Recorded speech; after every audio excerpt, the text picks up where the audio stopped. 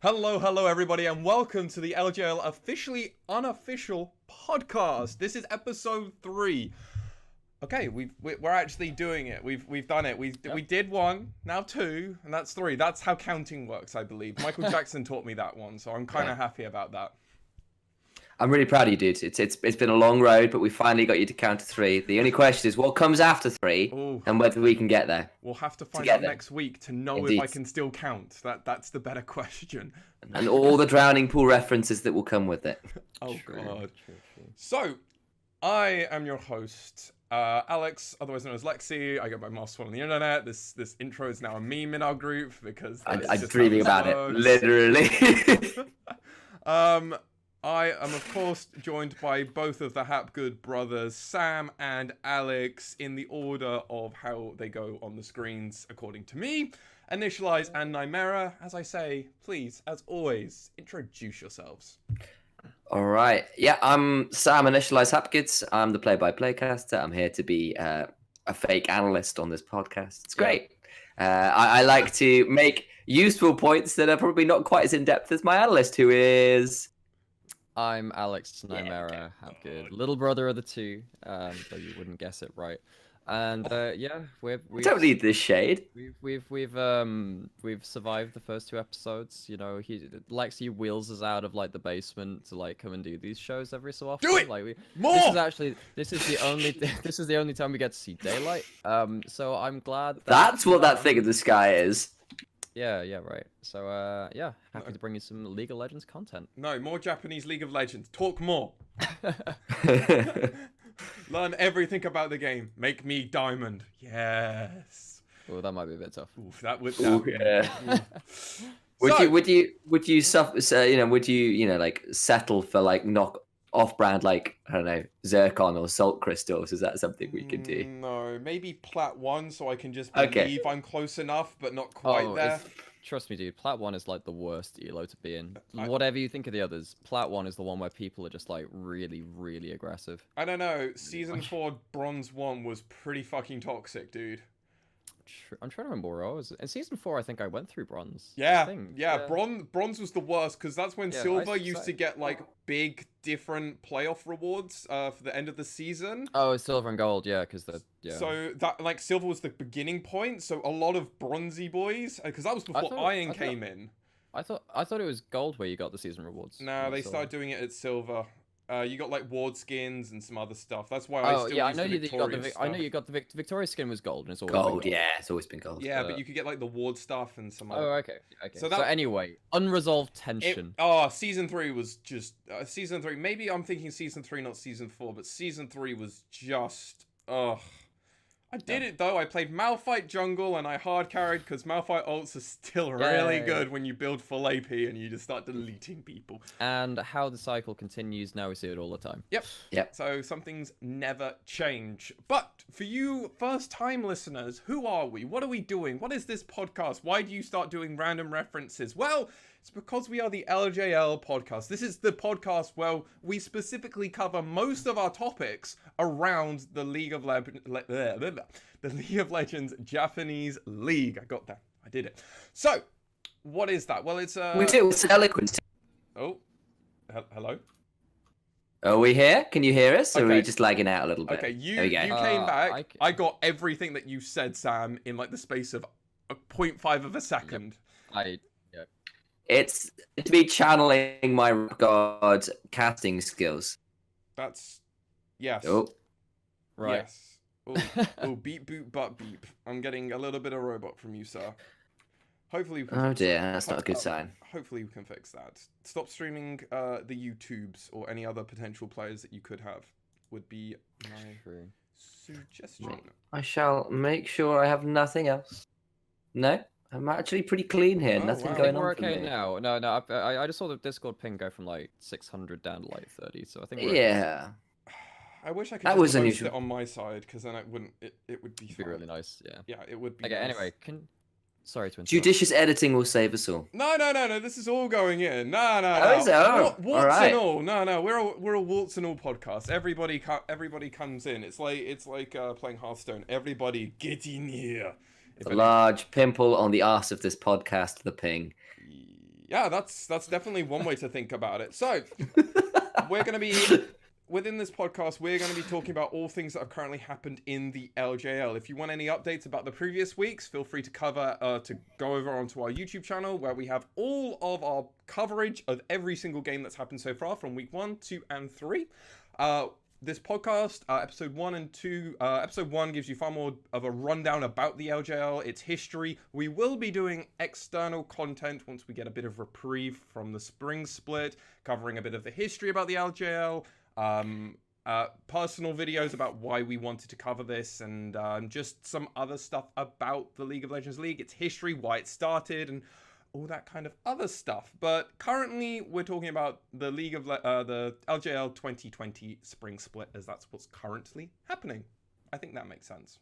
Yep. It would be a bit silly to start talking about 2017 and 2020. Would be. 2017 was a good year though. It was a good year. Was that Rampage? Yeah. It was. 2017. Yeah. So potentially a better year. That'd be an interesting one. That'd be an interesting topic. Some comparison years. Yeah, we could Yeah, definitely. that'd be. I'd have to go back and rewatch some games. So Oh. it's been a little while. yeah. And I think We'd have to go back and do archive watches, but we're going to cover Pentagon and Rampage in content. So Pentagram. Yeah, they weren't the shape. They were more than that. Ugh, Yeah. No, that was that's a topic to delve into at some point, but not today. 100%. But What yeah. are we diving into today, Lexi? So first off, we're going to talk about the standings that currently is happening in the LJL and all of the teams and our brief thoughts on it. Then for later, we're going to talk about the games that we're going to be recommending to people from week 3, as well as our anticipated and excited games for week 4. And then potentially what this also means for the league is week 4 will basically be our halfway point in between. Then we will go into our players of the week and player of the week as well. And then we will do some brief meta talk and maybe a little bit of small talk stuff about League of Legends and the Japanese league in general. So we've got a lot of stuff, relatively speaking, to cover. Obviously, how much of it we actually do cover is relatively up to time and its constraints in general. Yes, sadly. But I think it's far more important that we start getting into the standings. Now, what I want to do, as there is 3 of us, we'll interchange, but we'll go 1, 2, 3, 1, 2, 3, and then we'll just go 1, 2, and then whoever's third doesn't get it. As host, I will go first, so I'm always doing 3, so yeah, look at me. So we got our kings of the LJL.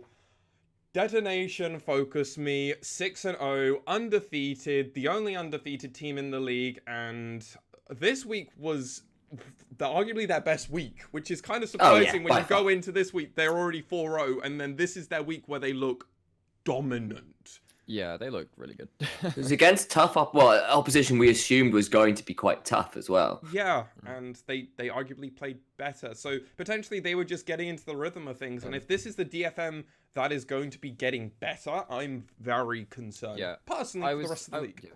I was very impressed by the fact that they managed to be very heads up about their drafting, understand what the enemy team was drafting, and then draft something which was slightly out of meta in the terms of the Ezreal against Sengoku. Actually, that was just good. So they had they drafted Ezreal Thresh for the super safe, super mobile bot lane to kind of avoid this rampant Olaf that they were trying to do. We're gonna cover this game a little bit more in depth, so don't.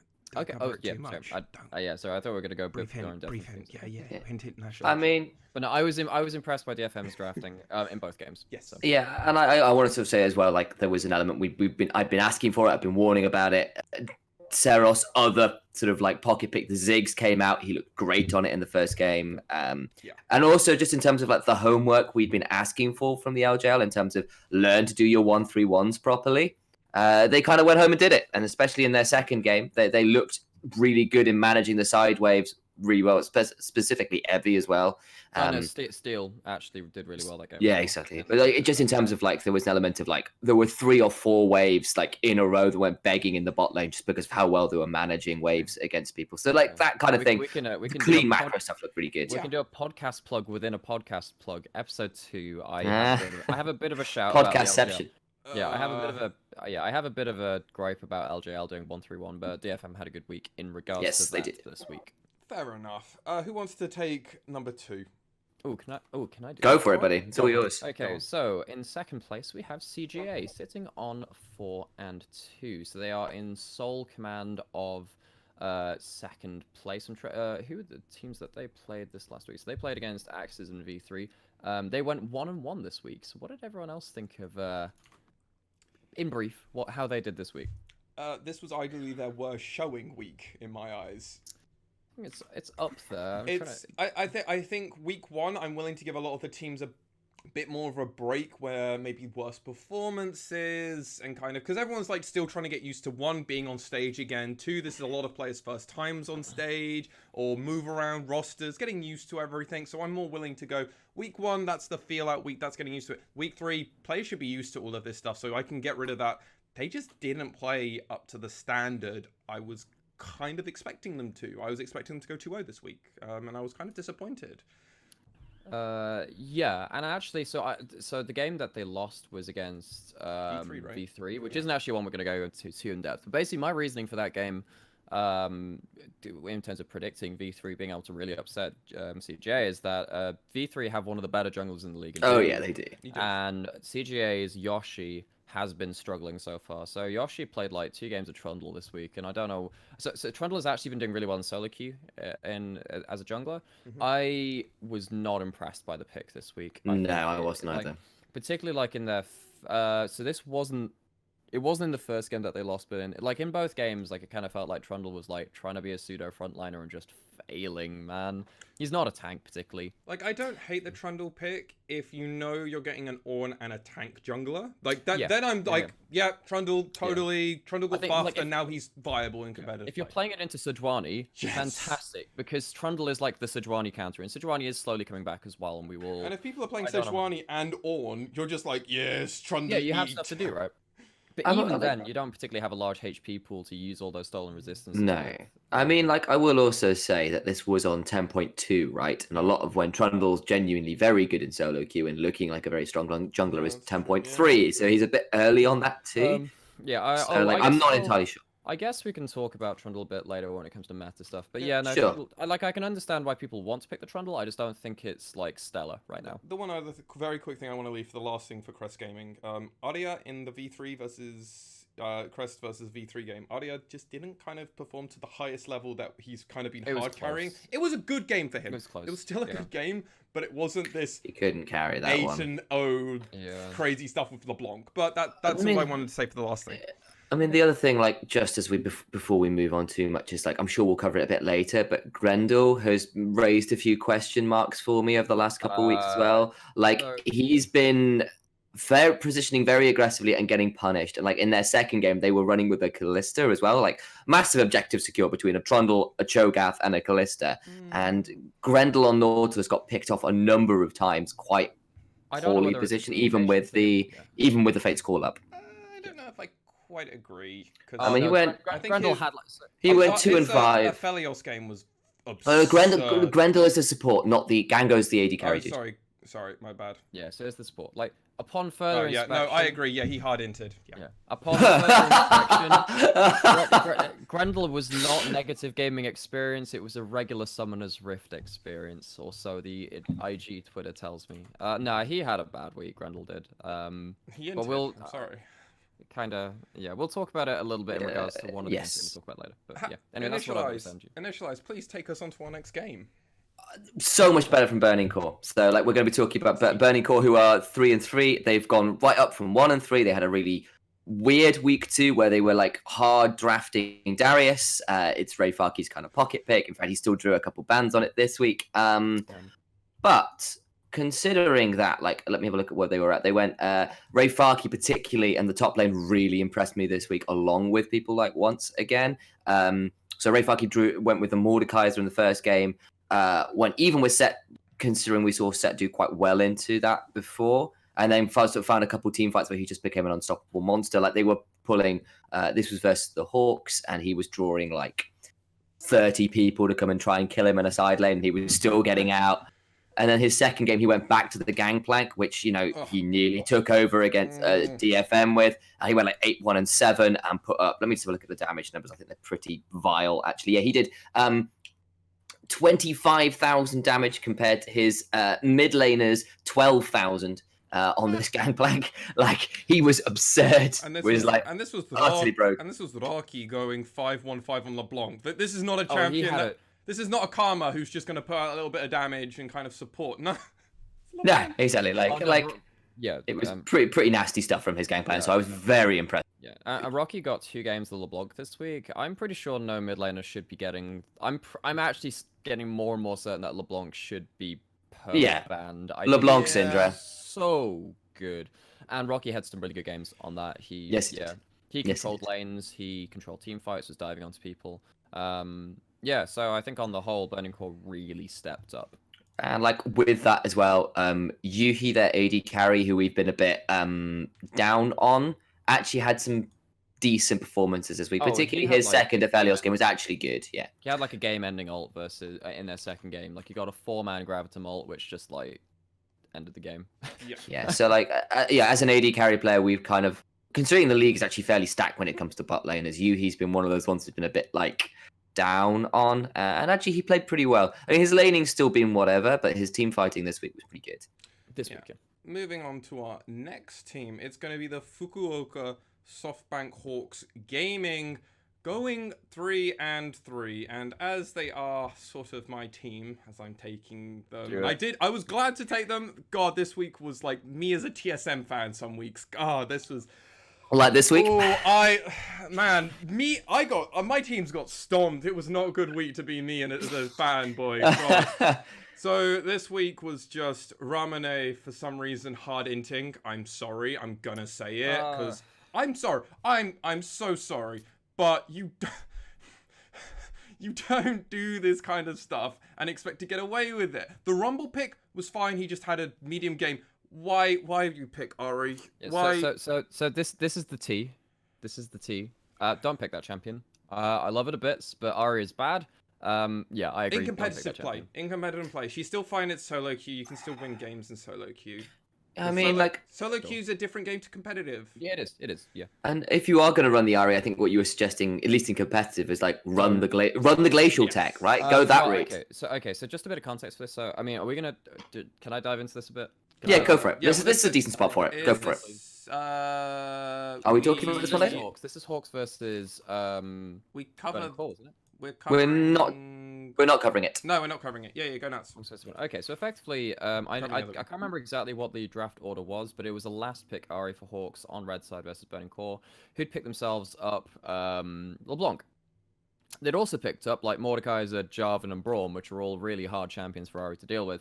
And then Ramune subsequently lost lane versus LeBlanc, built into Merc Treads and Banshee's Veil. Ari already suffers in terms of the damage she can output. If you build defensively, she does absolutely jack all, really. Also, when Inspiration Secondary started corrupting Pot, doesn't actually help your laning phase at all. So I'm not actually sure whether Ramune had like done all the research on the runes available. If you go Sorcery, you can go Nullifying Orb Secondary, you can take Magic Resist runes as well. Go into something like Absolute Focus, which helps you do Wave Clear anyway without Dematerializer from the Inspiration runes as well.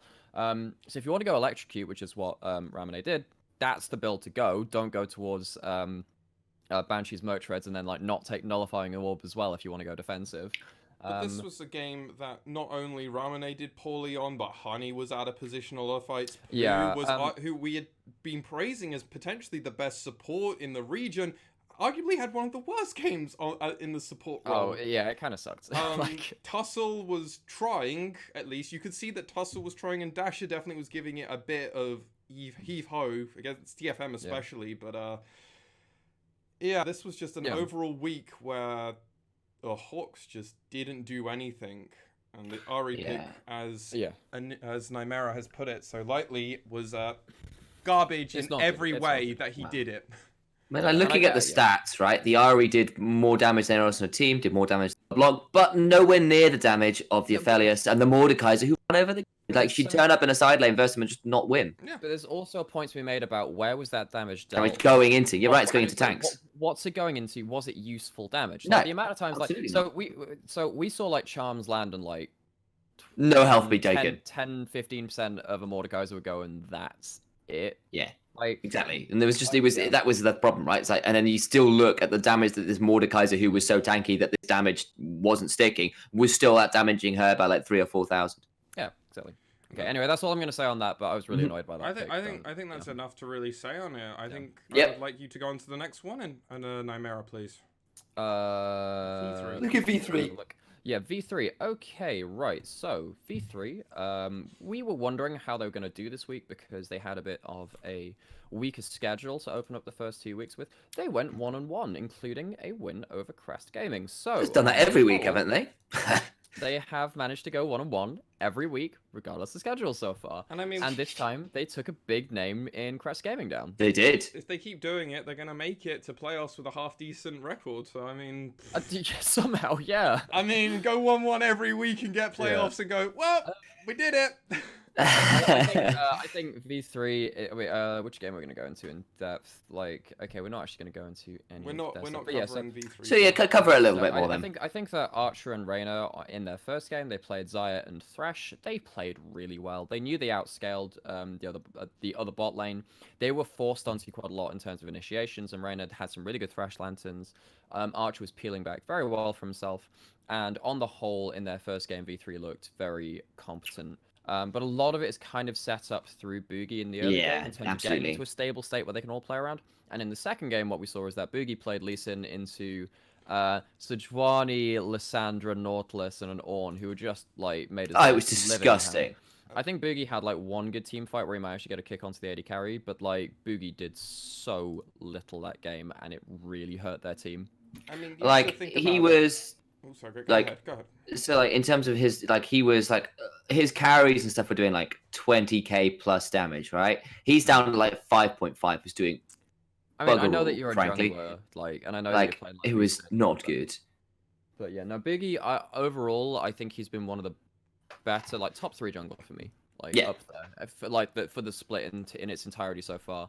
I think game 1 he played an Elise, he did pretty well. Even then, it was a little suspect at some points, and he got caught out like in the enemy jungle like once or twice, which almost kind of ended the game de facto. In the second game on Lee Sin, he inted under turret once, Lee Syndrome, and then had a really bad game outside of that. Besides, I mean, I will say the one where he inted was actually as much a really good Arctic assault from Sejuani to interrupt his Sonic Wave mid-flight, which I thought was quite good. So, I watched it back on the. Oh, did you? I did a VOD review on that game. It wouldn't have killed anyway. It was just a bad play. I'm sorry. Okay. Like, don't go for that Q. Okay. So flashy play to interrupt, but wouldn't have mattered anyway. He would have just died. Okay. Pretty much. I mean, like, also on that front, it was like he would like wait for CC to be down, right? But there is like every member of that team comes with a fair amount of CC. Even Jinx comes with her flame chompers, right? You can't actually do the cooldown counting and say, "Ooh, when all these cooldowns are gone, I go in." So like he waited for like Ornn ult and stuff to be down, and then still got caught by stuff going. Like it's like I can finally get onto this Jinx, like can't, and got blown up. So it was a bit of a sad game for Lee Sin. Yeah. Now, Initialize, if you want to take us over to our next team of SG, if you can remember who that is. Yeah, Sengoku Gaming, of course. Very good. That's fair. I made a mistake like once. I try and like prompt them in the right direction. I'm like a dad who's got kids, and I'm just like, come on, you can fucking do it, come on. This was frankly a pretty poor week from Sengoku Gaming, who went 0-2. Yeah.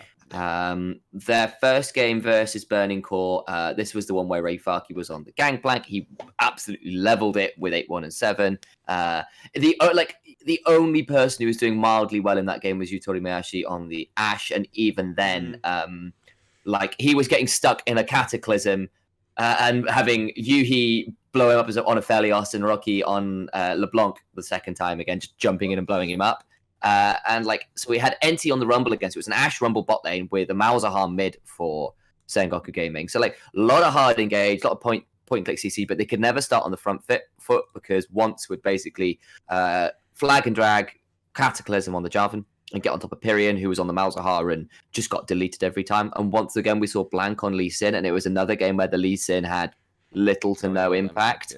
I gotta chime in here. I love whoever put this note in. Yutori Muashi is in Elo Hell. I love That it. was me. I love That was it. me. It describes it perfectly because it's almost like he's duo queuing with Apperman in my eyes, and they're like, Well, they're trying. Like Apperman, but the problem is like Apperman is a top laner through and through, and he doesn't know how to play mid, so he can't even come down to bot lane and help gank. And Yutori Muashi is just like, I'll try and carry from both the other ends, and we'll try and meet up in the middle. And they're both times are like, fuck. And even then, I actually want to call Apperman out. I think stop that duo queue because it's going to cost him a fair amount of elo because Apperman's Ornn was like 0, 4, and 2 and not great. Like he missed two Ornn ultimate R2 like twice in big situations. Like it was not good.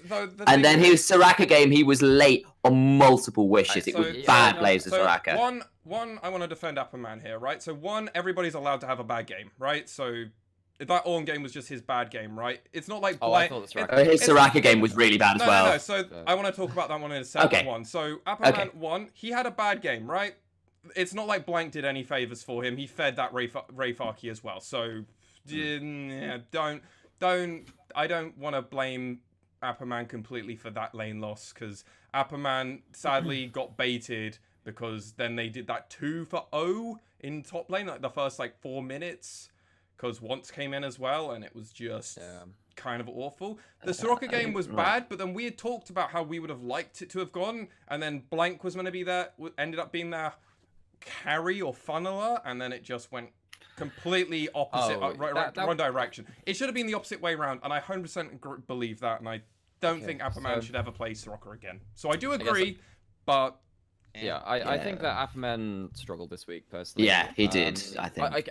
Okay, no, the team as a whole struggled. Big time. Not just Apperman. No. It's just that, for me, I think that Apperman was the guy who was, like... really good, right? And it was a big drop in form. Yeah, in the first 2 weeks, it was Yutori Miyashi and Apperman just really being the sole confidence to this team in terms of like their win percentage and all the other stuff. And for me, like Apperman has normally been very good on the 1v1 style of champions. I think that Soraka, like there were 2 times in that game where he could have saved the Olaf that they were funneling and like didn't use his ult in time and just the Olaf dies. And doing that in a pro level, like in mid to late game, means you can't do that. You can't fight around the next objective, which is kind of what you're trying to do because Olaf does fall off eventually, even with supports. I think that their second game was against DFM, so like I mean that doesn't help. It doesn't help. They're a really good team. The best team at the moment. But we are going to go into that a little bit more in depth, so like we won't. I was just making a statement. I mean, like, I think everyone on that team's been suffering, but I think Yutori Miyashi has been the only consistent player. Oh no, yeah, he is definitely their best like player. There's a conversation I want to have about Apple later, his champ pool. So we'll have that conversation later. So our second to last team to cover is Rascal Jester. Very weird week for them in my eyes. Like, definitely not the week they were probably going in expecting. Not the week that we were going expecting. They ended up going 1-1, and this was a week we were always expecting them to be 3-3 here. They were always going to be in that bracket, and oh my. I don't really want to cover their loss too much, because I kind of want to leave that for our last team, because I think that's a very exciting thing, which also hints where we're going. But this was just arguably just such a weird performance. Weird game. Weird performance by them. Their game 2 was better, but even then it was just art, really, and Hachimacha and Cold kind of doing it. I guess Vivid had a good game. Ninja had a very weird game, but I think that's one that you guys want to talk about later because of that matchup as well. True. So I think I'm going to actually pass it to Nymera to give us our final one. So Rascal Jester went 1-1. They did okay. Not much more to talk about because I think we want to talk about them more in other topics. So Rascal Jester did pick up a win versus V3. We've talked about them before, but they dropped a game to the team that we haven't talked about yet. They dropped a team to the 0-4 AXZ in their first game, and it was not a back and forth. It was like they had 1 kill out the entire game. It was a 31-minute fairly quick stomp. And a lot of members on the Rascal Jester team had a very bad game. I think that particularly, I have some question marks about Ninja and Vivid in that game. I think Oh, that, it was the Tom Kench was yeah, poor. so yeah, Ninja played Silas, which I don't think is a particularly strong pick right now, into Gadiadu's LeBlanc, which we've already talked about a little bit, being a very strong blind pick, and in this game, Gadiadu played very well. Ninja suffered on the Silas, didn't really end up getting much done, and then Vivid had a Tom Kench game where he couldn't save anyone. There were a couple of times where he could have saved someone. The game was kind of already over by that point, but then just didn't press his heal button because he was taking heals to summon a spell, and people died. So the first game of the week for Rascal Jester was really bad, and it was really good for AXZ. Yeah, and just credit to Gadiadu on the LeBlanc, who was really consistently on top of Art, and made sure that Ash, who was kind of the one threat really on the side of Rascal Jester, because Ninja on the side who picked Silas was quite a ways behind, basically meant that Rascal Jester had no way to win a team fight, and also considering I was a bit nervous about how Hoglet was pathing early and just sort of wandering around a bit aimlessly in top river, did actually turn out to have a pretty good Elise game too. Yeah. So some good stuff from AXZ, and Rascal Jester had a bit of a weird game there. Yeah, and also Corporal on the Braum in that first game was pretty good. But we're shifting towards talking about AXZ here rather than Rascal Jester. Probably because this first game was we've gone on to them because we're not. Okay. You quite clearly didn't listen to me at all. Okay, I just wanted to say I just wanted to say that Art's second game on the Jinx actually really good. Basically, just all I wanted to say. We're gonna cover everything a bit later because. We've not got that written. We've not got that written down to talk about. Meta talk. It comes later. We're talking about under meta. If you don't read the notes and the rundown, that got edited. It got edited later. No. It's been there since before we started. We are like a well-oiled machine. We are indeed. As host, I have to know what the devil we're going on about. So. Yeah, I didn't realize we were talking about that with that. Merely correcting you, sir. Merely correcting. Okay, I see it now. It was a little bit abstracted, that's why. Congratulations to Not AXZ. clear. Oh, well, I mean, you didn't read, and you're meant to be the English. Well, I mean, I did read, but it was so. Whatever comes, I'll fight later. Come on, mate. Beat me. Right. So, but congratulations to AXZ on that first win. They looked very strong in both of their games. So excited to see how they progress through the rest of this. And because of where the current team standings all are, they're only a few weeks behind, really. And they a few good weeks, they could easily make it into playoffs currently. So, it's one of those things, right? Where because teams are dropping games they shouldn't be, it means if AXZ pick up a couple of wins under the noses of people, suddenly these teams which had sort of felt pretty confident about playoffs are going to have to get really nervous. Yeah, and that important quick note, I do want to put that note out there. Top 6 teams make it to playoffs. Yes, they do. So it's only the bottom 2 that don't make it. So really, even 6th place is valuable. While you will get potentially DFM picked into you, I think that's still better to make the playoffs. One, that's a prize jump for the teams in general, for what they get paid in general. But also, 2, that's good in general for kind of motivation moving forward. Oh, sure. It's also just more games as well. Yeah. The majority of these teams that make playoffs will have not played a best of 5 on front of cameras before. When they're not on stage. I'm really interested to see if Burning Core make playoffs, and they play a best of 5. I'm not sure if they managed to make playoffs before Burning Core. I don't think so. No, I think they were always 4th, 5th, something like that. I can't remember if they made middle of the pack team. Yeah. Yeah, but last season we saw DFM, we saw V3, we saw Crest. But normally there are so it's just those 3. It was just top 3 before, so you do a semi-finals into finals. Yeah, or USG when they were existing. RNG. Oh, true. And then obviously we had a couple of teams which are now gone, like Rampage, Pentagram, who obviously won a split as well. Right. But so for me, it's gonna be really interesting to see a lot of these new players, particularly because there are a lot of new players to split as well in terms of imports. Trying to make a dash for playoffs, and so obviously, the top 2 teams have a bye. They play off. So it's the team 1 and 2 in terms of regular standing. They play each other, and then they kind of in an upper bracket. Oh right. So it wouldn't be DFM for AXZ. So it's not DFM dumping on AXZ in the first round or something. It's the bot. So you got the top 2 have a bye, then the 4 below that. So the team 3 to 6. So Burning Core versus AXZ could genuinely be our I want that. Yo, that'd be I really want fun. Burning Core and Axis now Yeah. to make it. If everybody else doesn't show up, I want Axis there. Yeah. I want CGA to play literally anyone, to be honest, because like those guys are nuts. They're so fun to watch. CGA get the bye round. I want to allow that. First off, they have to play DFM, lose to them, lose to DFM, win the losers finals, play against them again, and then the anime redemption arc. Yeah, that'd be anime as hell. Yeah. With the talk about Crest Gaming Act, I think it's important that we talk about the first game that we're actually going to cover with some depth, and that's going to be Crest Gaming Act versus AXZ.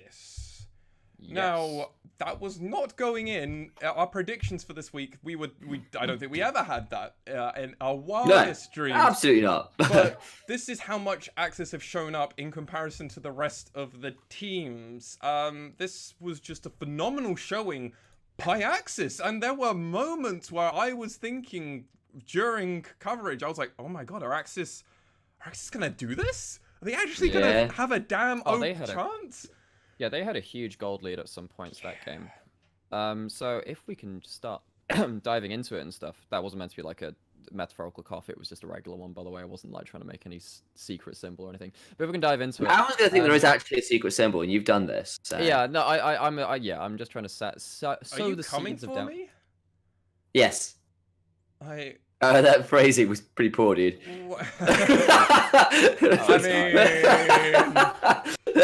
Well, it's done now. Okay, moving on. Okay, so we have... I'll do one side, you do the other side. So we got Nap in the top lane not playing Cho'Gath. We got Yoshi in the jungle playing Trundle. We got Arya in the mid lane on LeBlanc. We have Gango on Aphelios as their carry. And we have Grendel as their support playing Nautilus. Okay, and AXZ on the red side this game. Unyan in the top lane was playing Gangplank, Hoglet in the jungle playing Rek'Sai, Gariadu picking up Lissandra in the mid lane, Hyde playing Jinx in the bot lane, and Corporal returning to his Thresh. So a couple of new picks here across the board. Obviously we saw the Cho'Gath from Nap, and then Lissandra Jinx as a combo. And like I'm trying to remember how like exactly the laning phase went out, but AXZ actually managed to get some really good early kills and pressure and get themselves like a first Drake and stuff, which is pretty fun. So what was going on there particularly was actually that they were up AXZ. Like this game ended with AXZ still having a gold lead instantly. Like that was kind of where this game was at. But what was effectively going on is there was once or twice where Grendel got himself caught by a Thresh hook into a Flay, into Flame Chompers, into the box, and just completely deleted 100 to 0. Like there was some really good Thresh play from Corporal early on. I think so this was like I think this might have been First Blood as well, actually. But like, so it was a blind Thresh hook over a wall onto all that CC, and actually Thresh has a lot of damage if you hit everything on him, like box, flay, auto, hook, all that stuff. And then like you have a Jinx as well there for the extra follow-up damage. And they had a Gangplank up as well. Yeah. But effectively the story of this game was that, so just because like actually it did look really good for AXZ for such a long time, was that so something that I brought up in the LJL a little bit, and we might go into a bit more in depth later, is that like in general, it's better to turn up to an objective you want to fight for first. You want to set up your vision, you want to make sure that you're not funneling in through choke points, and you want to, just control an area. In the LGL, this is really important because a lot of teams don't set up counter vision control and get these odd wards, which people don't sweep out to get good flanks. I don't think the LGL is fantastic at flanking teams. We saw a couple of notable games in the exception there. But Lissandra is actually good on the other side of that coin. She's actually good at turning up to a fight secondary because she can go... If you got 3 people focusing down an objective and you flash in like Gadiaru did in this game on the Lissandra, that was really lock down like 3 people, crazy mid-game damage from Lissandra, and then the Jinx manages to pop off, you have a really good kind of counter objective fight. And that was really fun to watch this game. Another point I want to make before we go on to anything else is Hoglet versus Yoshi. This was a point we had made that Yoshi is definitely one of their lacking parts of the team. But Hoglet, man, this guy stepped up. Man, he made sure Yoshi was not going to be impactful in a lot of fights, counter ganking in a lot of spots where it's kind of surprising, was very aware of the pathing, and honestly, it was arguably more impressive somehow than his Elise game where he didn't die. Yeah, I mean, the Elise game was a straight snowball. You know what the champion does. Rek'Sai does require a bit more, like, active, like, upkeep in your lead and stuff like that. I do think that Yoshi in this game in particular did pretty well in the early game, though. True. We saw that he got first blood in the top lane with a good pillar onto... Oh, no, that was... No, he didn't. No, he didn't. That was... in this game, it was Thresh who got the first blood onto Nautilus, and then Rek'Sai picked off the Aphelios, even though Aphelios got one back on. Okay, in that case, Yoshi, this game, sorry, wasn't so good. I've got Aphelios getting first blood on Thresh. It's just because it was the 1-for-1 in the bot lane. No, because that was one where it was 2-for-1. Then Hoglet came down and killed Aphelios afterwards. Right. Yes, that's right. Sorry, we should really get I should really have the match history up. But I've got the match history. I've got it up in front of me as well.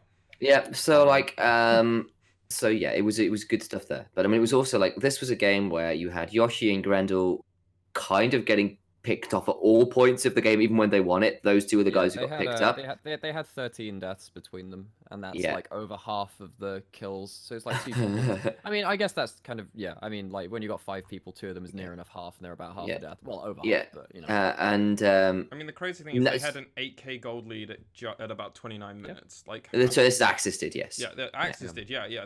That's how insanely far ahead they were, and. But then, but then obviously we have to ask the question and explain why Crest won this game. They did. How did that happen? It wasn't off the back of the Nautilus and the Trundle. These guys were paper the entire game. And the thing is that when you are fighting against such a... So the thing with this Trundle is that you're picking it into, like, the highest resistances you can steal are, like, Aftershock. It was Aftershock Lysandra, maybe. She doesn't build... At least a Thresh build Stoneplate and stuff like that, right?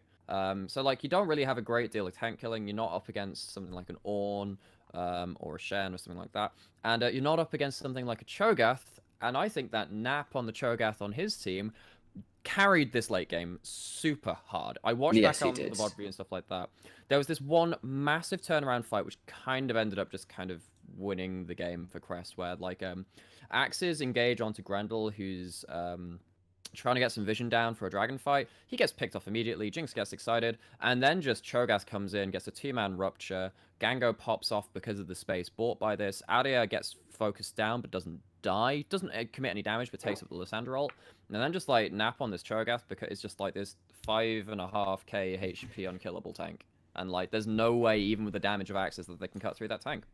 I mean, it basically turns into a 5v3 because just after Grendel gets killed, Yoshi goes down, and then they all focus Aria, who gets out, and then what happens is basically there's Nap body blocks and a Thresh hook from Corporal, who's been having a great game. Flashes into the Thresh hook for and then it is an insane series of just damage from Gango on Aphelios with a really good ult, with some really good hurricane stuff, and then Aria TPs back in and cleans up the rest of the fight as well. So it just ends up being like a pretty good fight overall. I think it's like it's a triple kill for the Aphelios, it's a single kill for the Cho'Gath, and a cleanup kill from Aria as well. So like it's just a really good turnaround, and like basically off the back of really good frontlining from Nap and Aria and Gango carrying the corpses of their dead teammates over the line. Yeah, it's also worth noting that hide on the Jinx, like they're okay. So I'm gonna. This will probably be like my last. I'll make like 2 mini points kind of in conjunction. One is that like CGA just randomly fight for no reason. Oh yeah, it's like, weird. It's so fun to watch. Like random fights coming out of nowhere. I love watching this team, but they're also just like fucking fighting. Yeah, stupid. It's like I made a point... How much of it is Grendel and Yoshi? Forcing a fight. The thing for me is like I'm half. I've got this little bit of a meta narrative in my head. Like, what if CGA don't actually want to win? What if they just want to make montage reels? Maybe they like the FaZe clan of League of Legends. Like maybe they're just here to give Gango a really good portfolio for the next team or something. Because these guys look fantastic in the fights. And Aria, like Gango and Aria, these guys are like, wow, they're so good. But it's like, but this fight was really stupid. Yeah, we're fighting over red buff here, lads. It's like, yeah, but we got a 5v5 for it. Yeah. Oh no. So like, I love watching this team. But then occasionally it turns into fights like the one which ended the game. Yeah, they just need to kind of bring it back in my eyes. They just need to rein it back a little bit, and they'll probably have even better of a win percentage overall. I agree. I mean, they're still 4-2. So yeah, exactly. But they could be 5-1. Yeah. and have that extra thing, and it's important for playoffs. But have any last points before we go on to our next one? Hyde on the Jinx was their win condition. He got caught out a lot. A lot. I mean, he died 4 times, but the 4 times he died were all quite important. And so we can compare that to the other. So we did see another Jinx game, and that was from Art on Rascal Jester. This guy went 9-1-3, looked really good, unkillable, and that was the difference between like Art, who we thought's been really popping off, and Hyde, who's been a bit suspect. So that's kind of the holding back point for AXZ. And the problem is because it took AXZ quite a while to truly snowball. Like they got to about 3k ahead at about 27 minutes, and then they got a big fight and went up to about 8k. So it was a big lead. But the problem was that by that time, Cho'Gath got to a point where Jinx couldn't kill the Cho'Gath quick enough anymore, just because she hadn't quite got there in time. And this is what Cho'Gath actually has threat onto as well. But we can talk about Cho'Gath and as champions later. But like in this game, it was a really fun game to watch. Go watch it.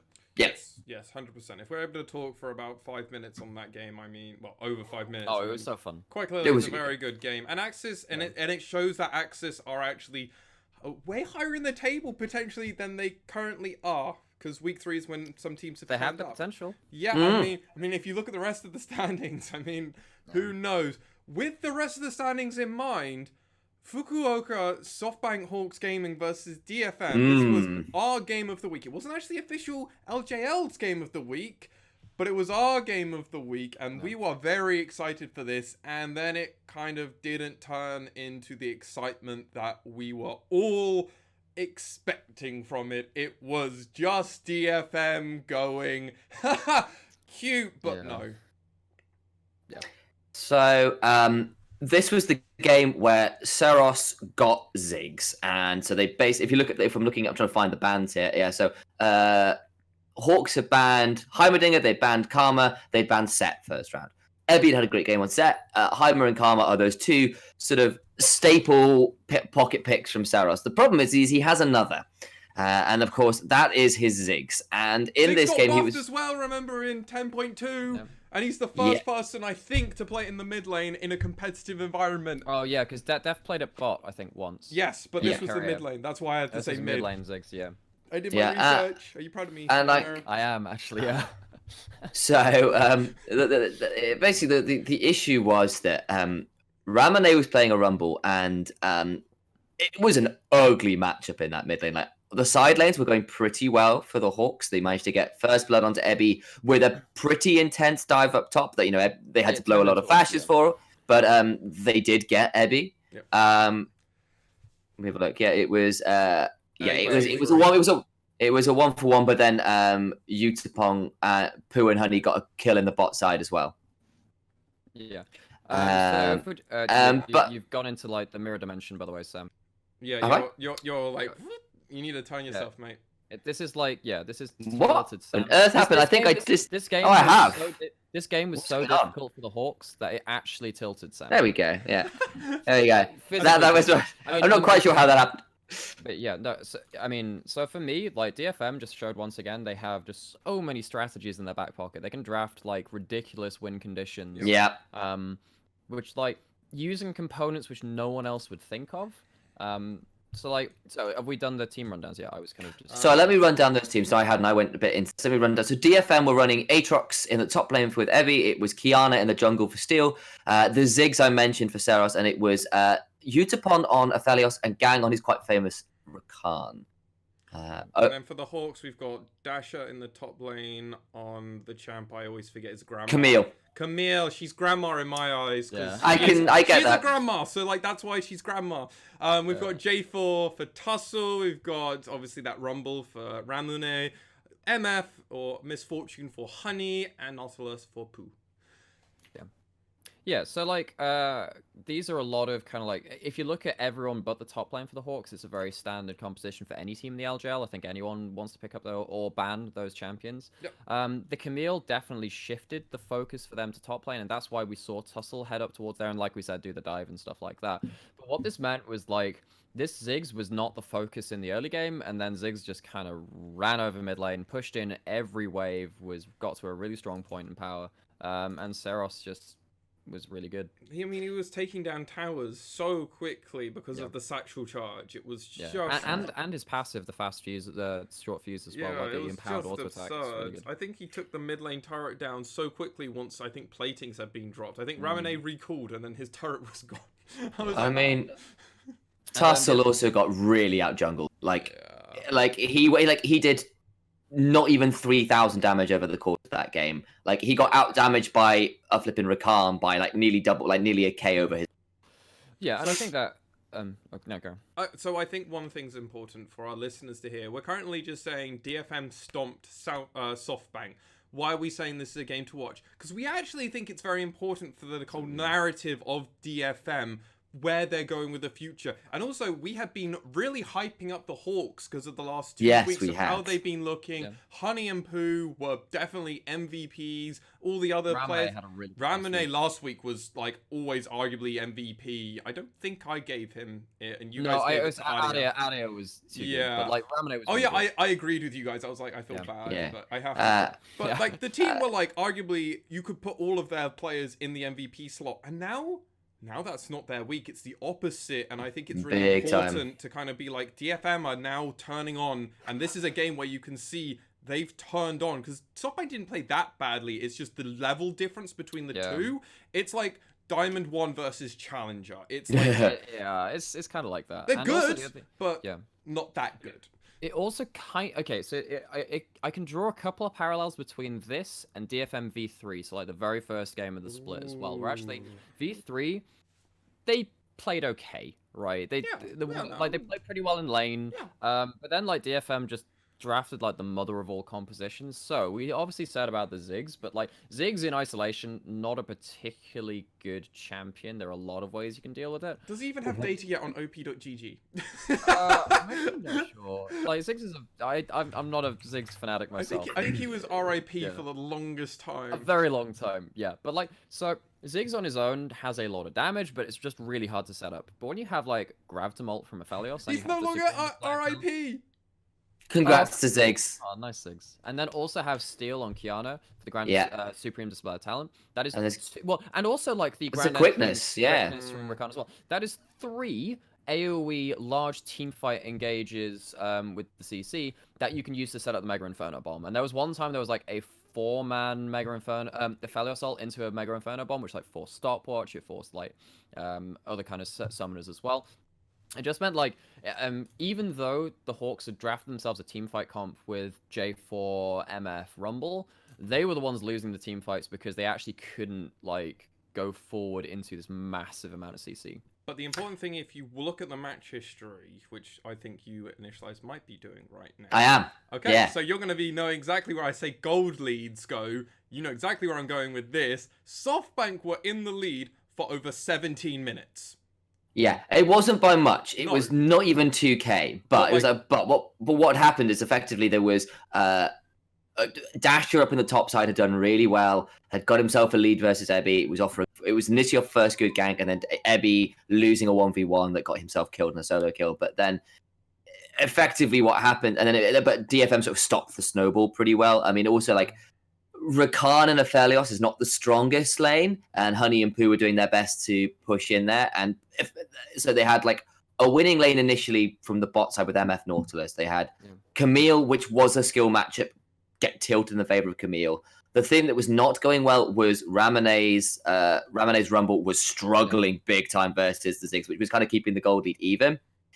Problem was that you hit this. There was a fight around a Mountain Drake where Tussle got the this was for the third Drake. It turned into a Mountain Rift. This was getting the Hawks to Dragon Soul Point. And so they claimed the Mountain Drake, but it came at a ridiculous cost. Like Camille had to burn everything to get on top of Seros Ziggs. Ziggs still managed to kill Ramone's Rumble. And then after that, like Ebby found Honey, and this was kind of a consistent problem. So Ebby was on Aatrox, and while Utapon was completely free to throw as much damage as he liked out, Honey on the MF just had nowhere to stand because Ebby found her in the backline every single time. Some really good TP, some really good flanks from the Aatrox. Yep. And it just meant that the rest of the team afterwards got absolutely wiped. So they picked up 2 towers and a Rift Herald as a kind of around that fight as a result. Yeah. So it was just a massive swing all the way up to them getting a 2k gold lead from being down 1.4. Yeah, something like that. And the SoftBank Hawks weren't expecting Ebby to always be flanking them, and every time they weren't expecting it, he was just there, and they just always lost. They thought, oh, we're finally going to get this 4v5. No, Ebby's just going to come in and kill MF. And it's all so over. I talked a little bit earlier about, in direct relation to that point, about how so many teams at LJL, it's very important for them to get to the objective first because of territory control, setting up the area, and also the reason why it's better in the LJL and other regions is that teams aren't normally great at flanking, as is so often in the LJL. DFM is the exception to that. So Ebby got some really good flanks. As we said, Honey had a really difficult game. He was like getting bombed. He was getting flanked by the Aatrox as well. So whereas Honey had some fantastic games in week 2 and week 1, this was a difficult game for him. Okay. And there was really got to say on this game. Yeah, I mean, there was just also an element, right? So they had this. There is always this kind of win condition for the Hawks in terms of quite fed Camille. That became increasingly difficult once Ebby picked up a Death's Dance. And also once they picked up a couple of winning the 1v1 after a while. Yeah, well, it's because he managed to he also picked up Mountain Drakes. They picked up Mountain Drakes, and it suddenly meant that this Camille no longer had anywhere near the damage to get through stuff. Like, yes, she has some true damage, but it was just never enough, and Ebby was just healing it up more, and suddenly that kind of element was difficult. We're talking a lot about DFM, and I think it's important we move on to the second game that also happened. So go watch the SoftBank game, because it begins this narrative, but it ends for this week with DFM versus Sengoku. And this was a damn good game for DFM, and it really instills the narrative that we have been talking about for this week. So we've got Ebby in the top lane playing Set. We have Steel on J4. We have Syros on the Syndra. Utapon is on Ezreal. And Gang is on his Thresh Prince of Bel-Air. Or Summoner's Rift, I guess? Probably. And on the opposite side for Sengoku, we've got Upperman on Soroka that we've hinted to in the past for them. We've got Blank on... I don't play that jungler. What's the Viking called? Olaf. That's it. I see him in TFT. I should know that. We've got Piran on Orianna, Yutori Muashi on the Misfortune, and Enchi on Nautilus. Indeed. Yeah. Okay, so I can't remember the way picks were ordered, but like immediately this game was really interesting because Sengoku had like a very clear plan to have this like Olaf is our carry. We're going to pick Olaf and Soraka solo lane. Soraka solo lane has been really strong recently. Yes, it has. And Olaf is one of the better scaling junglers, and with the Ragnarok can get straight to your ADC and just kind of kill the ADC. So seeing that this was happening, DFM chose to draft a bot lane where it was just really hard to get on top of the ADC. You'd normally think of something like a Xayah, maybe something like that. You can go up into the Featherstorm to use the Blade Caller and stuff like that. But DFM picked up for, I think it's the first Ezreal that we've seen this LJL split. Well, this season, I guess. So they picked up Ezreal Thresh. And they had just a stormer of a game, that bot lane. They rarely were caught out of position. They had a good laning phase. They had good team fights. DFM just adapted on the fly in the middle of the draft phase, pivoting into a comp which we'd not actually seen from them yet, and yet they looked really practiced on. Yes. Yeah, I'm confirming first Ezreal. Just double checked. I checked their champion stats for you. So, like, as a bit of some context, some overview to how the game went, DFM refused to fight for the longest time. Oh, yeah. And this kind of death ball, Orianna ball carrying Olaf with a Soraka there to heal, and a Nautilus MF to throw some additional team fight damage and wombo on top. Never got to really do anything in the early to mid game because DFM just said, yeah, we won't contest you. And it meant that they got, Sengoku Gaming literally got an uncontested Infernal Soul. Uncontested Infernal Soul. Like, that is a massive deal. But at the same time, what was happening is that DFM was slowly building a lead because Ebby on the side lane, on the set, had built an early Executioners and had basically decided that even if you hit your star call, Soraka, you're not going to heal all that much because I have this Executioners, and took like all the way up to bot tier 2 from a split push, and they basically played a 1-3-1 and just took over the sides of the map. Until they hit a point where they had Ezreal had an Executioner's calling, Seros on Syndra had a full Morellonomicon, Ebby had the Executioner's Calling as well. So they suddenly had all this healing reduction because they didn't necessarily have the best area effect spells to get the healing across, especially if they are going to split the map as well. So it meant that they would play the 1-3-1, and eventually they hit this point where when they did fight, enough healing reduction was coming through that they could win a team fight. And they had enough burst, particularly from the Ezreal and the Syndra, to get onto Blank's Olaf and wait out his Ragnarok with things like the Thresh Lantern and all the mobility spells that they have. And then just throw in all of the spells afterwards. And even with a wish coming through, it wouldn't be enough to save his life.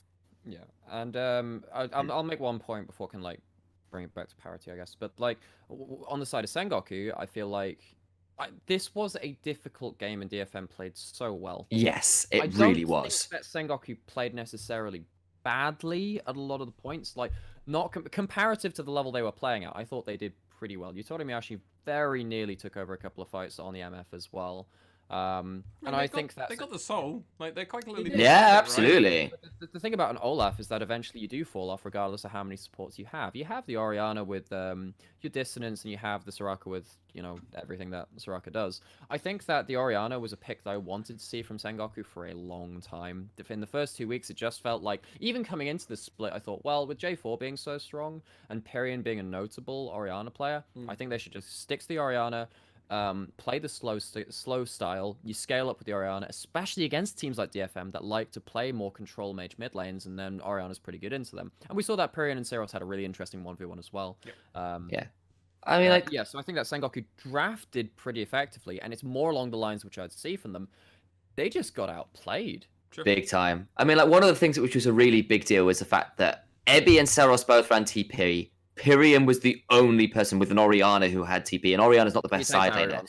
So Soraka took Barret Barrietta, common thing. But what it meant was that Ebby and Seros absolutely tore Pyrion apart, like in terms of where he had to be on the map. He would try be having to roam from mid lane to top lane, and like so many waves went begging into inhibitor turrets because of the way that Ebby and Seros played their side lanes. Pyrion had really good CS. I disagree with that. I feel like it was Appaman that was the guy that really got down in terms of the CS. But it was just basically Pyrion not being in place, right? Because even when he had TP, he was being forced into weird positions on the map. The real problem is that Pyrion didn't manage to get like big team fights. And I think largely that's because DFM were playing so well around the cooldowns and saying like, well, okay, we can't afford to lose this fight right now.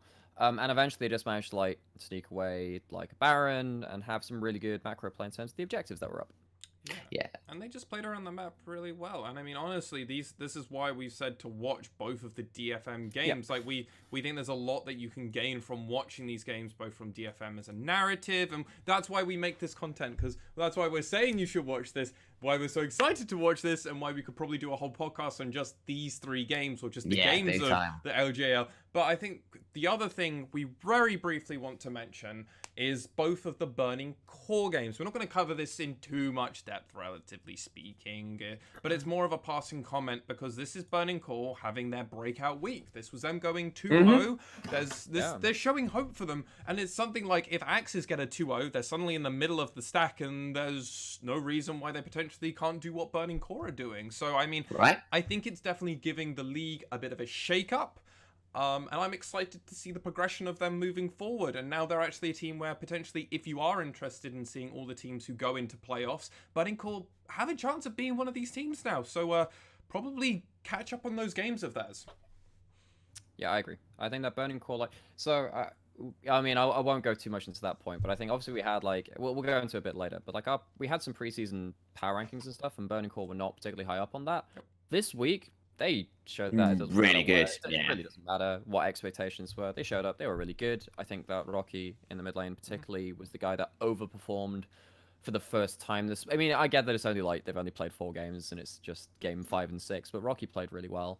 I think that Yuhi also had a breakout week on the Aphelios as well. Admittedly, like a very strong champion, but still piloted it well. So a lot of good signs for Burning Core. Yeah, and once again, Ray Farkey, considering he was our week 1 MVP, had a really good week again. And once on the Jarvan in the second game, and actually played Jarvan twice this week, superb on that champion too. Found a lot of really keen engages, especially in the second game versus Sengoku Gaming. He found a number of engages that made Pyrion and Yutori Mayashi's life on Miles Sahara and Ashe an absolute nightmare. So like, it's just some good stuff from Burning Core, genuinely, and especially because we had a lot of questions about how set up a number of their carries were or to carry. Yep. This time around, they really did. They pulled it out.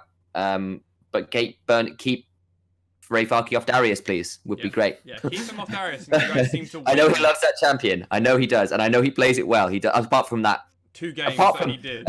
I will say, I went back and looked over the Burning Core CGA, like hellscape of a game where everybody dies all the time.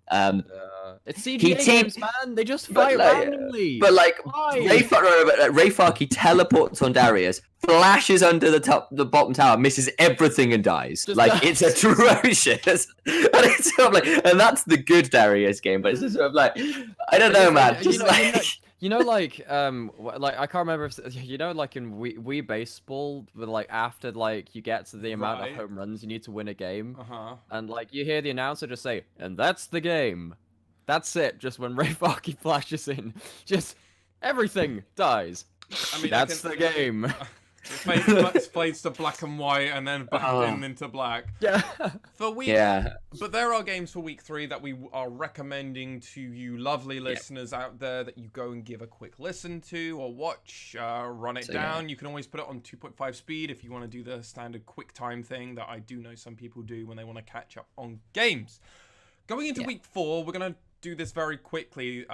First off, this is the halfway point. Once they've played their first game of that week, every team have hit that halfway point, and moving forward, we're actually into the latter half. So week 4 is going to be where I think expectations for the rest of the kind of league is where a lot of things are going to be set. It's going to be if AXZ can get at least a 1-1 performance, that they can definitely make playoffs if they get a bit lucky going on, and they play well moving forward.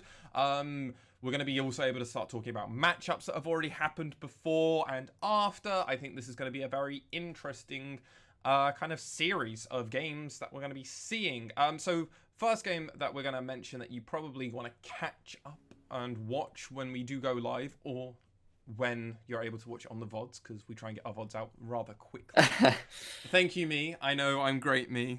He is pretty great. Yeah. We do love our Master One. It's pretty great. The first game is going to be Crest Gaming AXZ versus Detonation Focus Me, and this is the Battle of the Titans that haven't fought. Yeah, this could be a big one. Yeah. I think this one's going to be interesting in that, CGA fight, but effectively, at least in every game that DFM have played, one of their lanes is at least one has kind of done exceptionally well. And this is kind of one of the first games, I think, where we're potentially going to see, especially Steros and Utapon and Gang, threatened a little bit more in lane. And I'll be interested to see how that goes. But vice versa, this is Steel into Yoshi. And Yoshi hasn't really impressed me. We've been over how his Trundle games have felt, even though that's supposed to be a bit of a comfort pick for him, has not looked especially good. And especially if Steel is willing to pick things like a Kiana and look good on it, Yoshi could be in for a world of hurt. Yeah, so for me, it's the battle of the two teams which are used to their wit lanes just kind of winning. Right? Yes. I think that Nap on the whole in the top lane for CGA has at least kind of like even out things. There was the game against Burning Core, like he was against the Ornn, against the Darius, and he kind of went a bit under the weather there. But that's the only game where he's looked a little bit lackluster in lane. And then I think that's due to the matchup, not the players. I think that Aria so far for the first 3 weeks, even though this last week was kind of... in this week as well, actually, he did pretty well. Yeah. I think Aria has been my overall first 3 week kind of standout player, like the guy. I think that, but on the other side, like, Seros is a very close second for me now after this week as well. I think Seros has just once again showed that he is the top tier of mid laner to watch. But then the bot lane for CGA in terms of laning and stuff, and of course the carry potential out of Gango has just been immense. Really good, It's been immense. So for me, it's now a question of like, do CGA bank on the fact that they're gonna like win lane anyway, and do they pick like I really want to see Yoshi on a farming jungler. I think that he doesn't necessarily need to like be the full ganking Trundle and stuff. If he picks something like a Kindred or a Karthus or a Talia, I think that could work out really well for them in this match. Mm. But on the other side, DFM, like, we have seen they can just pivot to anything in their draft and just say, hey, we now have a winning composition because we just have this extra thing we'd trained up. So it's going to be a really hard ask for CGA, but maybe their random style of fighting all the time will work. Yeah, it could be really exciting, that one. I expect a fun game at the very least. Yeah, and we'll have to find out how that goes. The second game we are expecting, and this is going to be a little bit of a curveball, but it's because there's interesting narrative point of view to this, and this is AXZ versus Fukuoka SoftBank Hawks Gaming. Yes, I know, an AXZ game is the one that we're actively saying, one, we said you should go back and watch, and now we're like, this is going to be one of the matches we're interested to watch. So, obviously, AXZ are now on a bit of an upswing now. They've had two very strong games versus some pretty good teams, and now they're actually playing against the Fukuoka SoftBank Hawks Gaming, who are on a downswing, and a pretty big one for them as it is. Going 1-1 in week 1 and then 2-0 week 2. Now to go 0-2. This is gonna definitely be an interesting one. If AXZ can catch the SoftBank Hawks while they're on a downswing, it could be backbreaking. And if they don't play right around the map, AXZ have been shown they can exploit that kind of opportunity given to them, and they now have figured out a way of now capitalizing more on it. Now, obviously, there's still a few things. Obviously, they did kind of give up that huge lead they had against Crest. Yeah, it was a bit sad, that. And we have seen SoftBank are very good at punishing people who aren't going to close out their leads, who aren't going to like basically kind of take it to them as quick as they're expecting. So it's going to be an interesting one for me. Yeah, I think on that front, I think that's probably. So I mean, it is of course a speculation. Like AXZ look better this week, but they're still a team with a history of not looking too hot in the league, so difficult to call. And similarly, like the Hawks have got a lot of talent on there, and they could just turn it around. So I'm excited. I'm interested. This could be really volatile out of nowhere. It could also be a stomp for the Hawks, and that's kind of what's interesting me is it's a little bit more in doubt than it was before. Yeah, and also like the last time these two teams played, we saw another interesting game. Mm-hmm.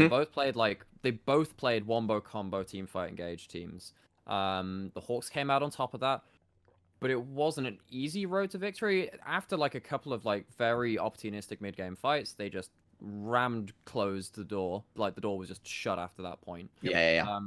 But particularly Gadiadu on the Oriana in that game was doing pretty well against, once again, Ramane's Rumble, who's, on the two games we've seen from him, on the first game, he had a really good game into the team fights, but his laning phase was a bit lackluster on the Rumble. But, you know, there are definitely places where AXZ can say, we're going to do pretty well here. And I also think that Corporal's been pretty good on the whole. Yes, if he gets his hands on something like a Thresh, I think his Thresh has been on the whole pretty good. So yeah, I think that this game, given off of recent forms from the last week, if the Hawks don't manage to reset the mantle and kind of come back in and is like this dominant, swagger-filled, aggressive team, we could see AXZ take a pretty big upset here. Yeah. Oh, and very quickly, CGA versus DFM is going to be our game of the week for obvious reasons. We're all very excited about that game, and it's the two top teams playing off each other. So how could we not make that one our that's gonna be game of the week as well? Our third and final game we're going to say you should watch more than anything else is going to be V3 versus Sen. Is it? No, it's not the Hawks. Hawks. It's very similar. It's just an additional. It's the additional H that throws us. Anyway, continue. It always does it. Yeah, the Fukuoka So SoftBank Hawks Gaming. Now, I didn't pick this one as a game to watch, so I'm so that was more on you, Nine Mera, and Initialize to kind of explain why should the viewers and listeners be interested in this game. Well, I think that somehow both of these teams have ended up going 3-3, going like, I mean, obviously the Hawks had like this 0-2 week, but V3, regardless of opposition, have managed to come out like 1-1 for every week, regardless of the all-comers kind of coming at them. I think that obviously, again, with the Hawks kind of being on the downswing, and V3 still kind of keeping up this kilter of like, well, we're just going to play the game and get lots of kills or die trying as many times as we would have got kills anyway. Yep. I think that this could be a game which determines like whether the Hawks are going to kind of still be in contention for the playoff bye spot. This could very well be a week where the Hawks go 0-2. Could also be a week where V3 go 0-2 for the first time. But like for me, I think both of these teams are very explosive. They're willing to play aggressive team compositions. So for me, when we're looking like between Tussle and Boogie, I think that this could be a really big fun matchup game to watch. Yep, I'm with you on that. I think that kind of covers most of my thoughts. That volatility will be interesting to see. Yeah, V3 are also playing against Sengoku, so I'm not horribly incorrect by saying Sengoku. So the chances for V3 to go 1-1 again are actually looking pretty good. Quite high, yeah. Quite high, yeah. They can lose to SoftBank, beat Sengoku, or flip it around, beat Sengoku, lose to Sengoku, beat SoftBank. Yep. Like it's V3 are definitely the team that can definitely do that. So and V3 haven't played the Hawks yet, but they did lose against Sengoku in their first. But that was Sengoku drafting well. So Kiana Jones and the Carpets of Doom. Yeah. So we'll be interested. The fourth one, our special one, is similar to our game 3, our week 3 games. If you're interested in Burning Core games, because they just had that 2-0 week, we're going to recommend as well for Burning Core fans out there and for people interested in Burning Core now, is Burning Core versus Crest Gaming AXZ. Now, this is obviously going to be a very, very important game for Burning Core in the grand scale of things, because this is like them properly playing the other top team, and they've not played against them. According they to have played. They have played against them. This was the one. This is the one where Ari. Yeah, this is the ridiculous. Right. That was the madcap game where Gango was on Draven, Aria was on Blanc, Ray Farkey was on a Darius that nearly carried. Like it was a great game, and like for those reasons, yeah. So I think it was just in general, I think it was a good fun game. But I think it was a stomp.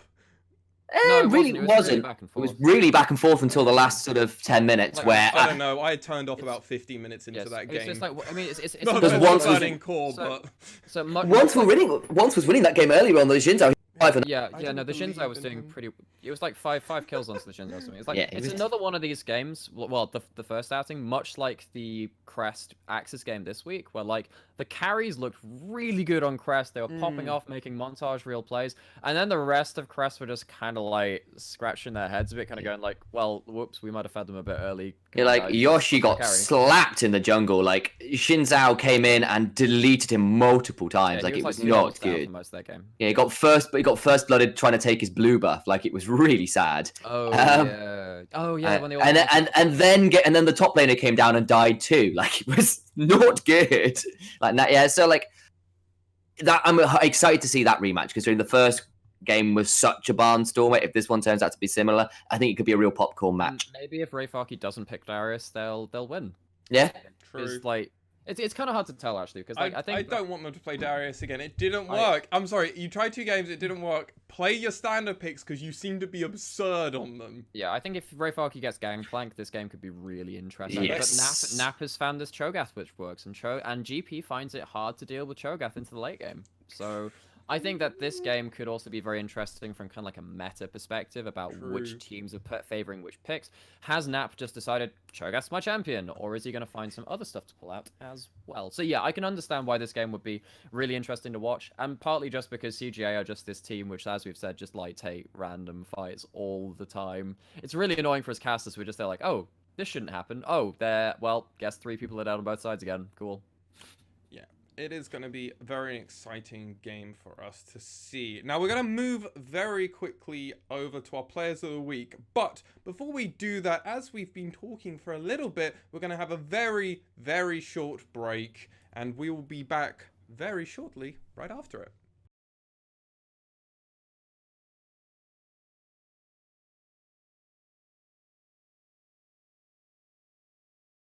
Like, lol, we don't care about set, because I'm Ray Farkey and I can play Mordekaiser. And it's like, my god, his Mordekaiser game was great. Ramune, yes, it was. In some of the fights, was just put into the death realm, which is why his KDA isn't higher, because half of it, Ray Farkey was playing with him in the team fights, which meant the rest of their team just went, lads, we don't have half of our damage, and Honey is 0-3. What happens now? Oh, we die. Yeah, like there was multiple games where like on that Mordekaiser game where he was like in a side lane, 4 people come up to try and kill him, and like they couldn't do it, and they just couldn't do it. And like it made like the Ari pick feel a bit useless. Honey on the Mordekaiser was feeling really... No. The Ari pick made the Ari pick feel useless. So, fair enough. I mean, and then especially in the second game on the Gangplank, like his ults were really on point. He just like there was one point where he basically got a 3-chain barrel that got a triple kill, like which is really clutch, really clean mechanics. Got to build full crit. He also did a flash triple barrel which missed in the base one time. Well, yeah, but at that point they really extra padding of KDA at that point. And he just had a very, very good game. Won his lanes, won a lot of team fights off the back of his stuff. I think he just had a very, very good game. Just imagine if this guy was on CGA, then it'd be the full montage team. They don't they just want to look cool. And I mean, these were also against some of the better top laners in our eyes. This is against Apperman and Dasher. These are not top laners that have rolled over and just kind of let people take it from them. No, these are like definitely Dasher is coming into his own, or was coming into it. Well, no, he's still actually one of the shining hopes for SoftBank in both of their games. So he's definitely made the switch from mid to top in my eyes so far, compared to potentially other top laners who their main role was top lane. So that's always an interesting point to make. But yeah, no, Rayfarki was just dope, and I'm glad. He was really good, and I'm glad, and I'm happy to see that he's now returned to form after week 2's spam ping question marks. Yeah. So my jungler was tough, but I went for Steel. But I almost put once in. It was so close, but I had to give it to Steel. I had to give it to Steel. I had to. This man has just been so good. Nightmare, who's your one? My reasoning, my thoughts, and my choice are exactly the same. It was same. By like the thinnest of margins, really. So bad for once, but it just wasn't as good as Steel. It's so close. And I think so I think the key difference for me in terms of why do I pick Steel is that when it came down to like choosing where and when to fight and where not to fight and all of these things, Steel just showed an extra like level of cerebral play, right? Cerebral play. And particularly again in the Sengoku game, that was so important, just like knowing when not to fight. And then like making that every fight you do go into counts. This guy was just didn't die versus Sengoku. Didn't die. Yeah, exactly. I think for me, it's also like compared to once as well. Like I think it was important for me to see Steel pick up a Kiana and play something different in the jungle and look good on it. Like that's like the fact that champion pool is now larger and it isn't just Steel playing, like the Jarvan and the Gragas. Actually, I think once has looked good on Jarvan and Gragas, but like I've not seen him look that good on other stuff. Like his Elise was okay, but got caught out a lot later in the game. Whereas the fact that you could pick this new champion up, look good on it. Carry a lot of fights with it. That's good stuff. DFM in the where he started really well and then just got caught a lot towards the end of it. I thought he looked okay. He looked good on it in the early game, but then just like he finished like 1-5-4. So like it doesn't look. The optics aren't good on the match history, but I think overall it was okay. But I think exactly. His Gragas and his Jarvan have been very good, and everything else has kind of been middling. Yeah. Yeah. Okay. Well, there we go. We all agree. Once almost had it, but Steel takes it. Well, he steals it. I had to do it. My mid laner, this was hard. I had 5 mid laners when I was trying to cut it down. I went for Syros. Personally, I liked it the most, but I could literally have given it to 2 other mid laners and not even thought about it. Hey Mara, who's your one? I'm also going for Syros in the mid lane, DFM, but with the caveat that the honorable mentions to Rocky on Burning Core. I think this guy had such a good couple of games on LeBlanc. I think in there, I just want to sing his praises before we obviously talk about Syros as well. But like, I feel like this guy, he just single-handedly just manhandled Ninja into the death realm however many times on the Silas. I think that Rocky has... I'd love to see him keep up that level of form. It was very fun to watch. Initialize rather? I joined you with Syros. I think you guys Syros. I think I thought about going towards Gariaru. Great couple games. His LeBlanc game was really good, and then his Lissandra game was really clutch against CGA and nearly won them the game. But I think honestly Syros had a more consistent performance. The fact he brought the Ziggs looked really good on that, crushed lane on it. There's that just gave me the edge, and it's like it's difficult the mid jungle duo from DFM this week was just very good, frankly. Very, very and like it's difficult to split that up. I think like Gary did do well, but I think like the late game engagements on the Lissandra were not quite as good as their early and mid game ones. And I know that the rest of the team wasn't quite there with them, so I very nearly give it to Galliardi. But I've given it to Seros because I think he just had a level above again. Yeah, and he also got to bring out the Ziggs and then show that people need to also respect the Ziggs. Like, this man has done what I said from week 1. That's why he was my overall player of the week. And I'm like, man, I don't know how you do it. Maybe Rascal just already figured out the nail on the head. Just give him Syndra and just counter Syndra in lane and just try and figure it out from there. Just scratch your head and just let him have everything. Then he has too much candy. He's like a 5-year-old on a sugar rush, and then just he's got too much. He doesn't know what to do, and then go from there. Yeah, and once again, just Seros just warps drafts around him. It doesn't matter what you ban, doesn't particularly matter what you pick. Seros is going to have something to answer you and have a favorable composition. But what does this mean?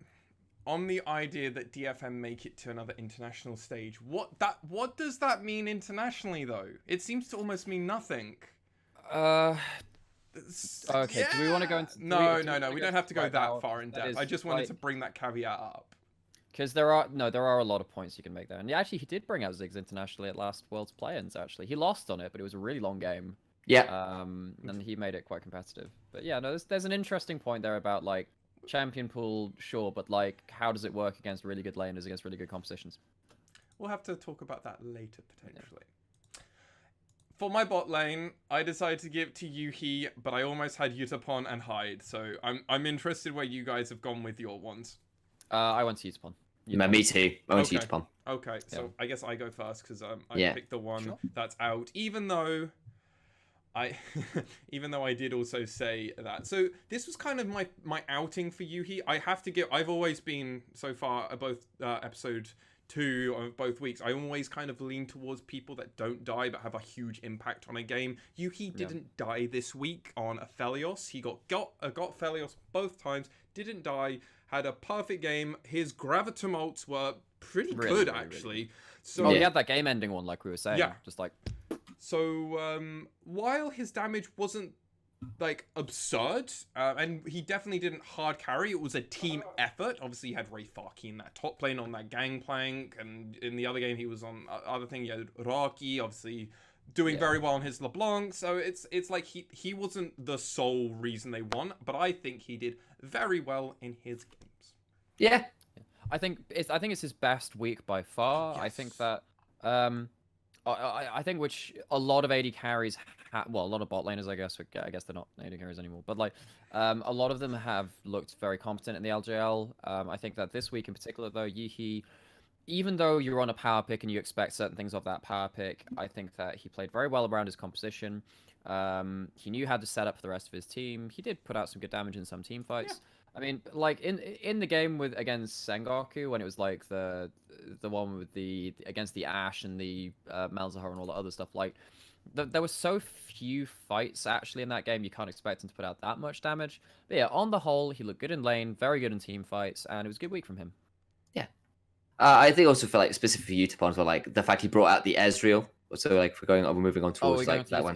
Yeah, I got Yutapon to like why I went for Yutapon. I think he had a very good Ezreal game that looked really clean. Lot of damage coming out from him. Then did some like importantly killed off the Olaf once or twice in some pretty big matches.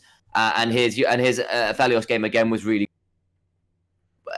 setting up for Inferno bombs, which is really good. And I think the other thing is like the other AD carries I felt largely had a great game and then a really mech game. So like Gango is a big one that had an amazing Aphelios game into a very mech Kalista game. Yuhi perhaps bucked that trend a little bit, but I think his first game was largely more of a sort of like he was the recipient of Rayfaki and Rocky having a lot of pressure. Knocking on my door, so I'm gonna actually have to hand hosting duties over to one of you two, and I'll be back. Real life calling. Oh yeah. Hello, and welcome to the LJL Unofficial podcast. My name is Alex. I'm not known as Lexley, and I go by Nymera on the internet, and that is our meme. And I'm Masked Sam on the internet. That's who I am.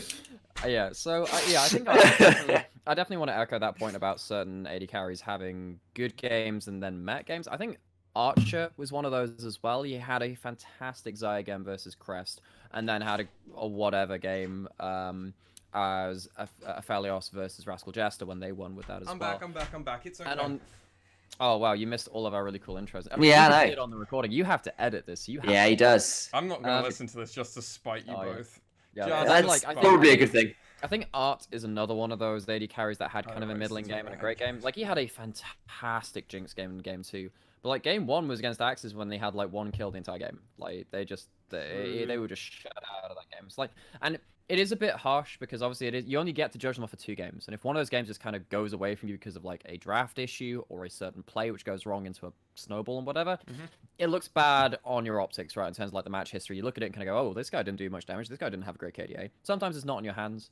But I think that on the whole, Utapon and Yuhi as well had 2 very good games. Yeah. 2 very good games, which is why I think they're both in contention. Yeah, I did also give a brief mention to Hyde. I think he had a half decent week. This was arguably one of his better weeks. Yeah. And I wanted to just give a brief notice to him. It wasn't too much more than that. He went 505 on the MF, which was a very nice thing to see.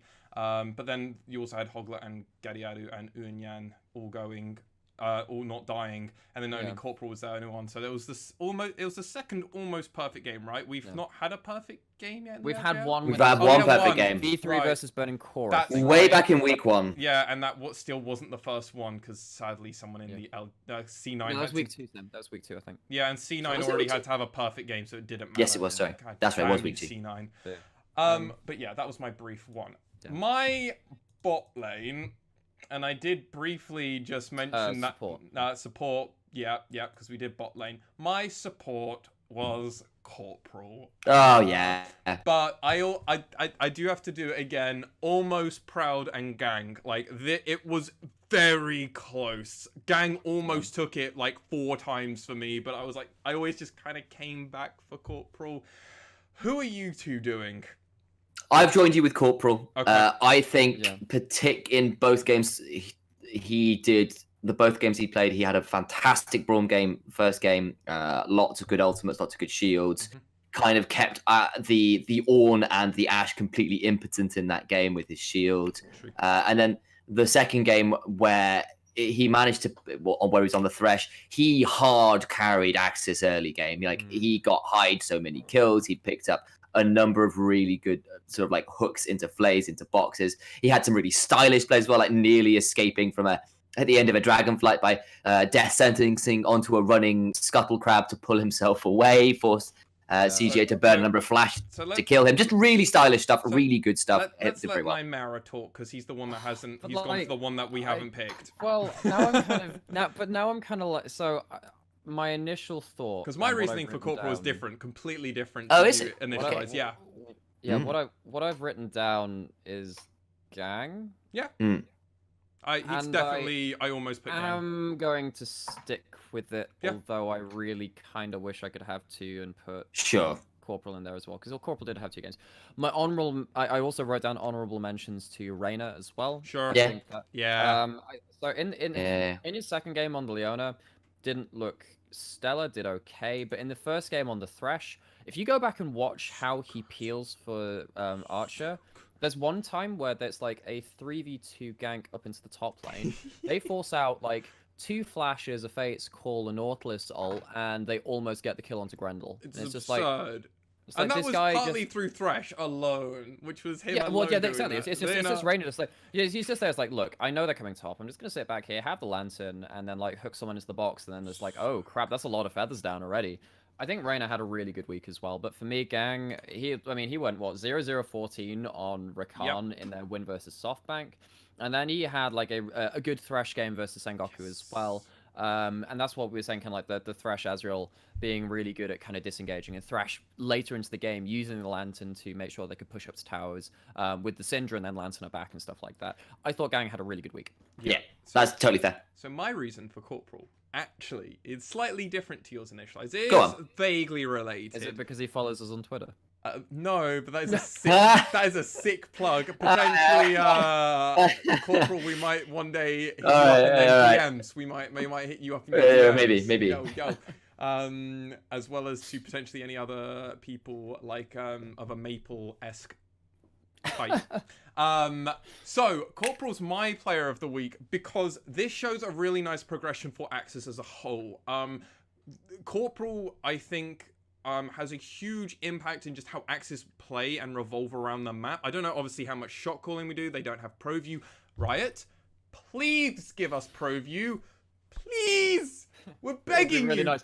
Also, we really want to cast with game sound. It's really off-putting doing it silenced. That'd be really nice. Yeah, It would be can we nice. please get game sound? Can we please get pro? We will pay you money for 3 different pro views if that's what you want. We'll If that's pay what you it. need from us, we'll be there. We'll pay it because we also get it for LCS and everything else. So we'll pay. No questions asked regarding it. But Corporal, this is a huge change in AXZ's kind of direction. The team in general were playing around. They were grouping far better. And when you play champions like Braum and Thresh, who reward the teams for doing this kind of thing, I just kind of really liked it because, yeah, Corporal played, like, absurd. His hooks were godlike on Thresh. They were, like, gang level of Thresh plays. Yeah, they were really, really good. Like, You played very well. very, very good. But his Braum was arguably the best one I've seen, which is a high praise because we've seen It's some up there. very, It's up there. very good Braum Who in particular games. had a Who really was the one I'm thinking? Exactly, yeah, that from week on the 2. Hawks versus that was against So Jesters, good. right? Yeah. Yeah, When he it was. basically like 3v1, no, they like 3v2'd and basically he saved them all and they almost got a, I know they did get a kill.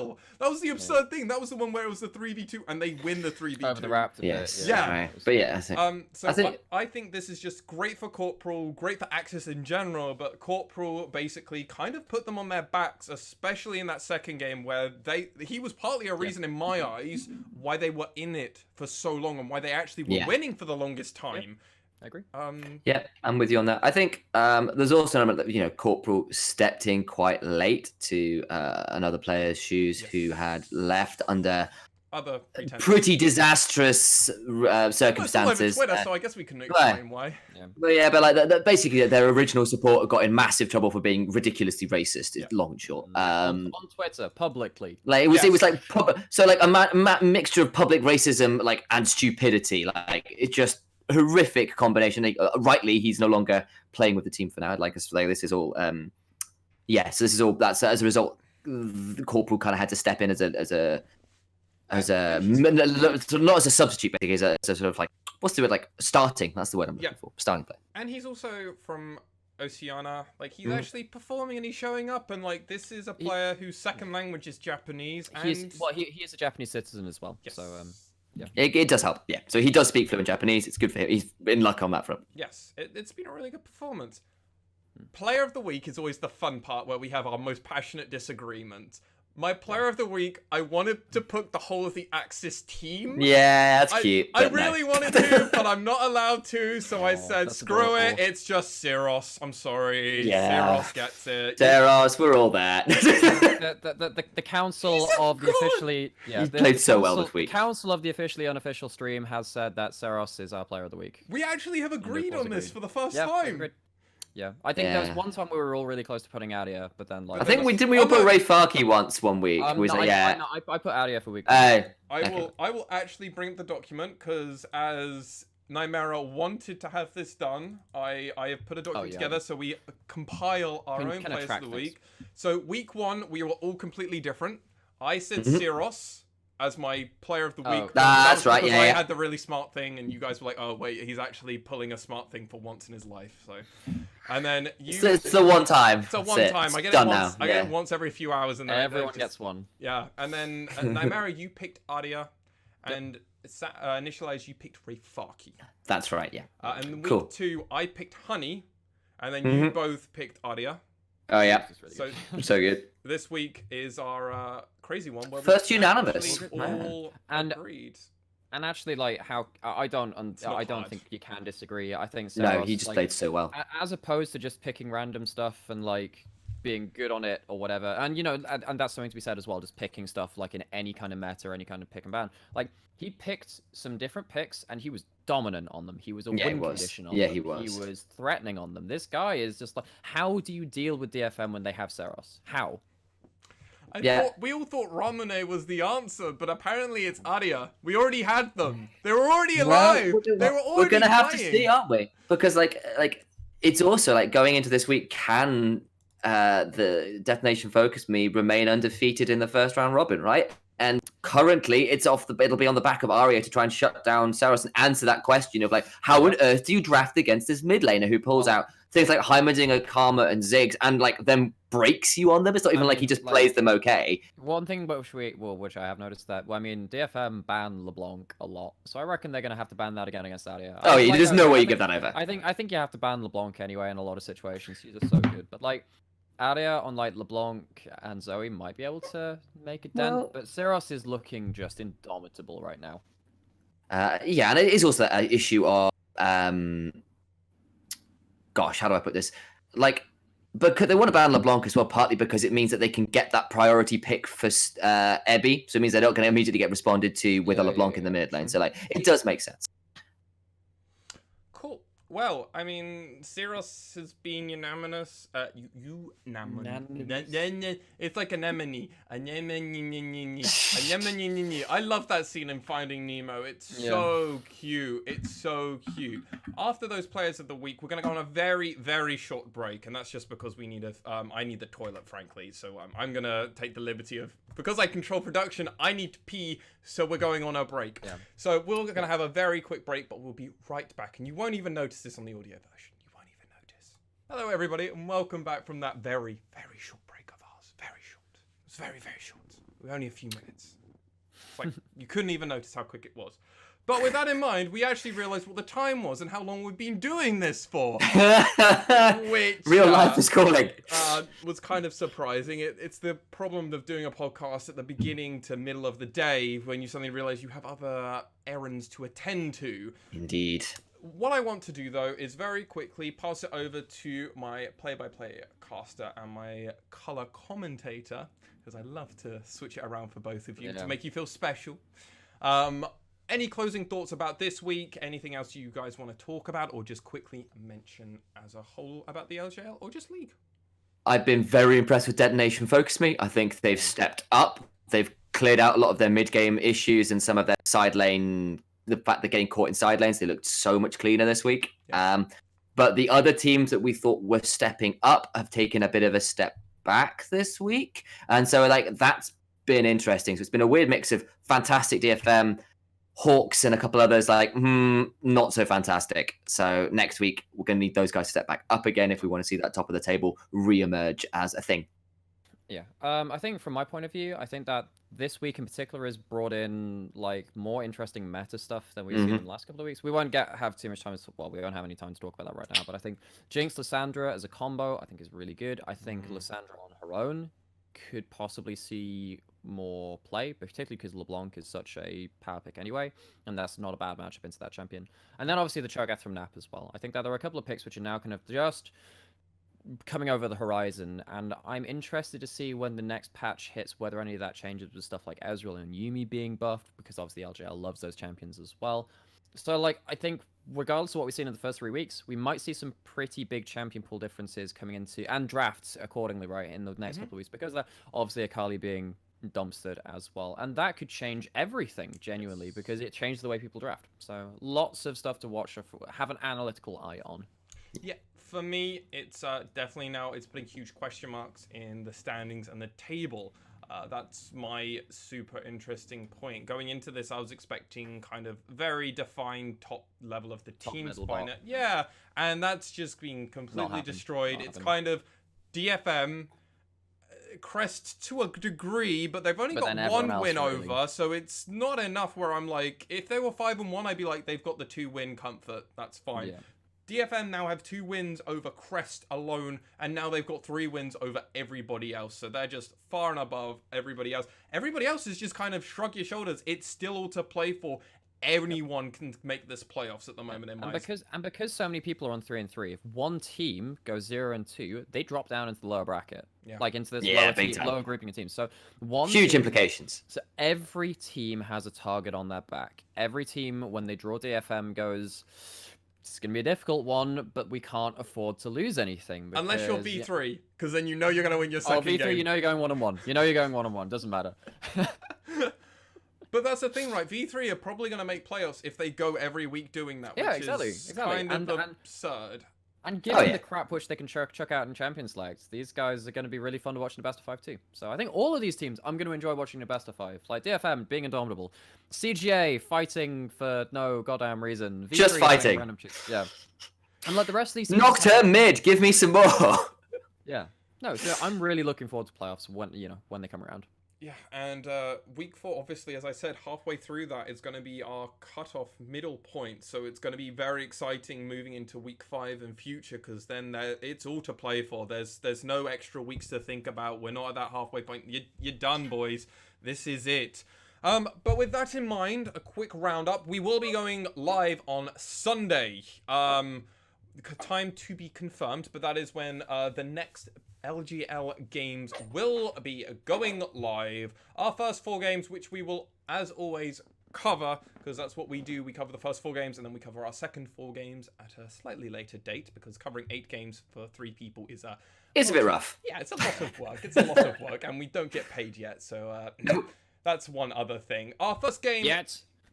Yeah. Oh no, it's a big ass. We're like 2 weeks in. It's like, come on, give us some time. Our 3 weeks in. We're 3 weeks in, bruv.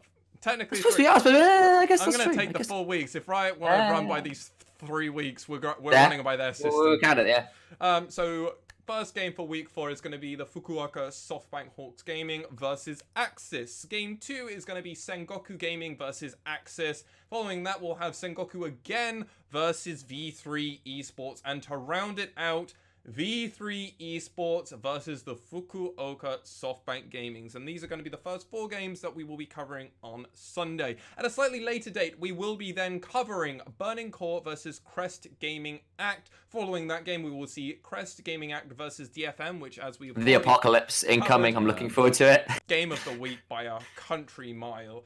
Following that one, we will then have DFM versus Rascal Jesters, which is going to be a fun matchup as well, in my opinion. And Yeah, Rascal Jesters draft as well as they did the first time. Yeah, absolutely.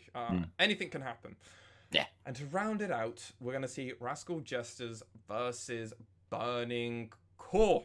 Another interesting match. Absolutely. We've got some fire games coming your way across this next week. We are so excited to bring it to you. Obviously, we could keep talking, and maybe we might send some extra content your way. We don't really know at the future, because trying to mirror up times between 3 people can be very difficult. It's tough. Let alone trying to organize D&D, because also- we also do D&D Yeah. together. Oh, gosh. And the other thing is, like, I've if got things anyone mostly organized for If that. anyone has any suggestions, like, for content you'd like to see us make or anything, absolutely get in contact. Yep. I'd love to hear your stuff. There are a couple of people that we've kind of, through starting this up, we've got in contact with about making English content. There's a couple of people hanging around the scene. But if anyone's, like, interested in the LJL content and would like to see anything put on top of that, absolutely let us know, and we're happy to talk. Yeah. Like last note from me, I'll be trying to get my Roundup out which are either today or fantastic. tomorrow. So They are yeah, fantastic, by the way, fantastic. so that I'll get my journalistic gears working over the next day and a half, so and get that out to you. Yeah, and for anyone that hasn't checked that out, that's just basically a text roundup of all of the 8 games of the LJL, and it's great to kind of read through it to get a kind of refresh before we go into the next week. I always use it as a way of refreshing my own brain normally before we actually start talking about the games for the next week, and Keeps our narratives in check at least. it definitely helps. It definitely helps. But with that all in mind, I have been Alex, otherwise known as Lexi Mars Swan. I have been joined, of course, by Sam Hapgood Initialize and Alex Nymera Hapgood. Messed it up around for all of us. Felt great. Thank you so much for listening and or watching, and I hope you have a lovely rest of your day.